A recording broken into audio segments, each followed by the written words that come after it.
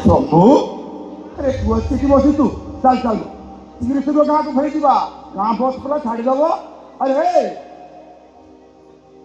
ଚାଲୁନୁ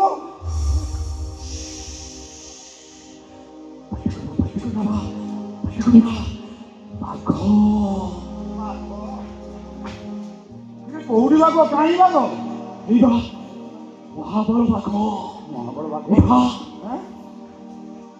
ଆଖି କେତେ ଦାତ ଲୁଚିଆ ଡର ତତେ ଖାଇଦବ ତତେ କଣ ଏମିତି କହୁଛ ଆରେ ପାରକୁ ଦେଖିଲୁ ସେ କୋଉଠି ଅଛି ଆରେ କହୁନୁ ବାଘ ନେଇଗଲା ଲୋ ମା। ଆରେ କାହାକୁ ବାଘ ନେଇଗଲା ସଦାନ ମୋ ପାଲକୁ ସେ ବାଘ ନେଇଗଲା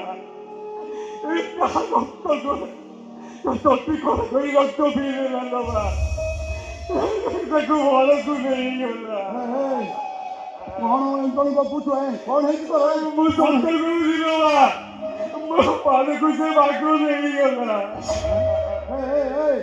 କଣ ଏମିତି ପାର ହଉଛ ପାରକୁ ଦେଖୁଛୁ କୋଉଠି ଅଛି ସେ ଏ ବା ମୋ ପାଲ କେତେ କଥା କହୁଥିଲା ଗାଁକୁ ଯିବ ଆମ୍ବ ତୋଟାରେ ବୁଲିବ ଆଉ ତାହେଲେ ମୋର ବାହାଘର ହବ। ଏ ମା ପାଲ ସେ ଶୈତାନ କଥାକୁ କଥାରେ ରଖିଦେଲା ଲୋ ମା। ମୋ ପାଲକୁ ମାରିବାକୁ ବଳକୁ ନେଇଗଲା।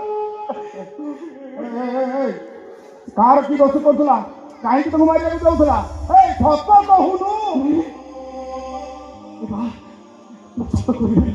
ସତ କହିବି ସତ କହିଲେ ସବୁ ଭୁଲ ହେଇଯିବ। ମତେ ସେ ପଚାରିବ ପାଲକୁ କିଏ ନେଇଗଲା ମୁଁ କହିବି ମୁଁ କିଛି ଜାଣିନି। ବାବା ଶମ୍ଭୁ ଚାଲ ଆମେ ଏଠୁ ପଳେଇ ଯିବା ନହେଲେ ଫସିଯିବା ନାଇଁ ଲୋ ମୋ ପାଲକୁ ଛାଡ଼ି ମୋ କୁଆଡ଼େ ଯିବିନି। ତୁ ବୁଝୁନୁ କାହିଁକି ଆଇନ କାନୁନ ବଡ଼ ବିଚିତ୍ର ନାଇଁ ଆମେ ଫସିଯିବା ଚାଲ ବାପା ଆମେ ଗାଁକୁ ପଳେଇଯିବା ବୁଝୁନୁ କାହିଁକି ଶମ୍ଭୁ ତୋ ଭଉଣୀଟା ତ ତା ବାଟରେ ଚାଲିଗଲା ଆଉ ତୋର ଯଦି କିଛି ହେଇଯାଏ କହିଲୁ ମୁଁ ମଲାବେଳେ ମୋ ମୁହଁରେ ଗଙ୍ଗା ଜଳ ତୋ ପାଇଁ କିଏ ଦବ ତୋ ବାପାଟା ମରିଗଲେ ତୋ ବାପାର ମଲା ସବୁକୁ ମଶାଣି ଯାଏ କିଏ କାନ୍ଦ ନବ କିଏ ମୋ ପାଇଁ ଦୁଃଖୀ ହବ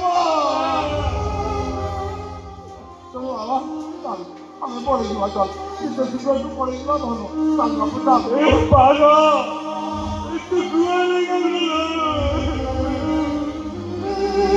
ତୋ ଆସିଲା